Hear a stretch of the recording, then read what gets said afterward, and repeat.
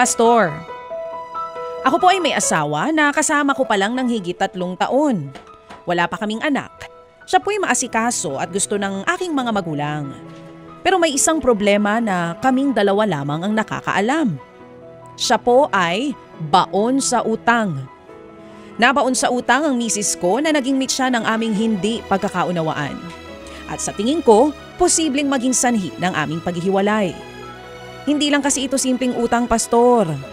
Utang sa kapitbahay o utang sa kaibigan, hindi lang ganun. Marami siyang inaplayan na lending companies na nag-aalok online na hanggang ngayon ay hindi pa rin nababayaran. Ang pera, ginamit po niya pambili ng cellphone, damit at ilang gamit sa aming nirerentahang bahay.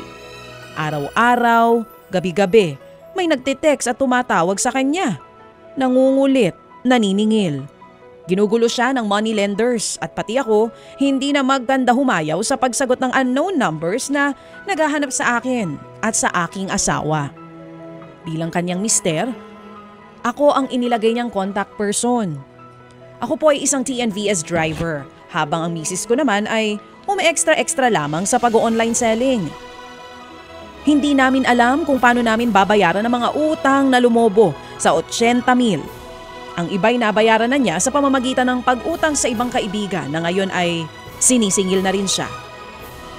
Lumagay ako sa tahimik, 3 taon na ang nakakaraan. Pero ngayon, napakaingay ng buhay ko dahil sa mga humahabol na money lender sa akin.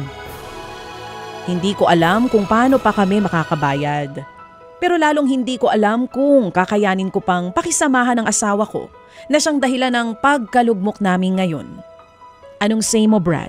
Well, una muna, Danny, salamat sa katapatan mo, sa pagbabahagi nung pinagdadaanan mo. Malinaw naman to na hindi lang to tungkol sa pera, ito'y tungkol sa tiwala, yung trust, okay? At ito yung foundation ng any relationship. Ang gusto kong sabihin lang sa'yo, Danny, okay, hindi ka nag-iisa kasi nga sabi ni Chacha, maraming makakarelate, lalo na yung online na lending na yan.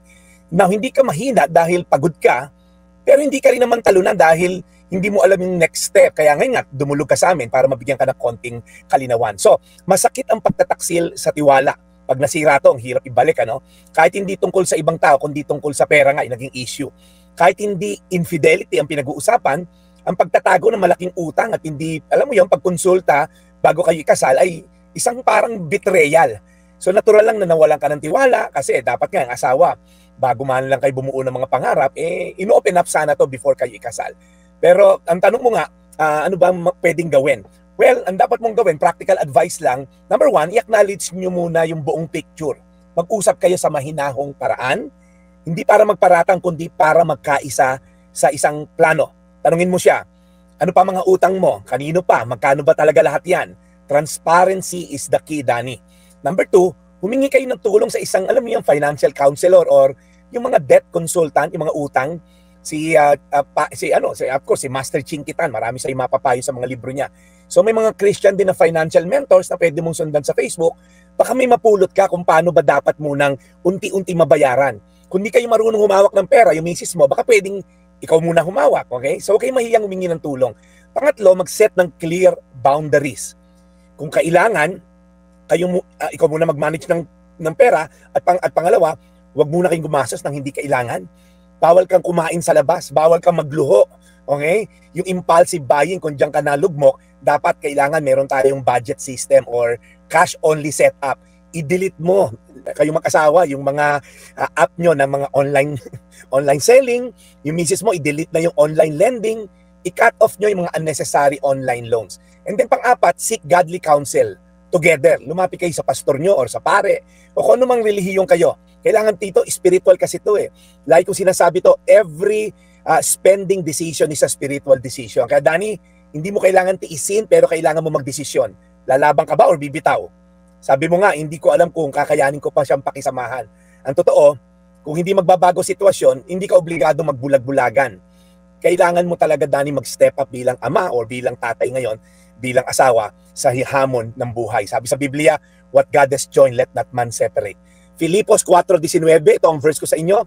Ngunit ang aking Diyos ang magpupuno sa inyo ng lahat ng inyong pangangailangan ayon sa kanyang kayamanan sa kaluwalhatian kay Kristo Jesus.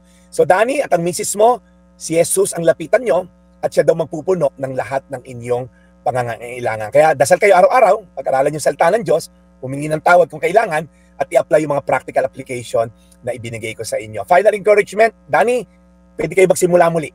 Hindi dahil kaya nyong bayaran yung utang, kundi may Diyos na kayang buuin muli ang tiwala nyo sa isa't isa. Tayo manalangin, Panginoon. Alam ko mahirap ang kinalalagyan ni Danny. Meron siyang parang breach of trust ng kanyang misis. Kaya mahirap, Lord, dahil 80,000, napakalaking halaga. Pero hindi naman imposible. Lord, kung sila'y dudulog sa'yo at mag-a-apply ng mga practical tips na naipayo ko, alam ko malalampasan nila ito at lalo sila magiging solid mag-asawa. Salamat, Lord, sa buhay na binigay mo sa mag-asawa na to, naway mabuo silang muli. Daily Brad Devotions. Amen. Today's Reflection with Pastor Jeff Eliscopides.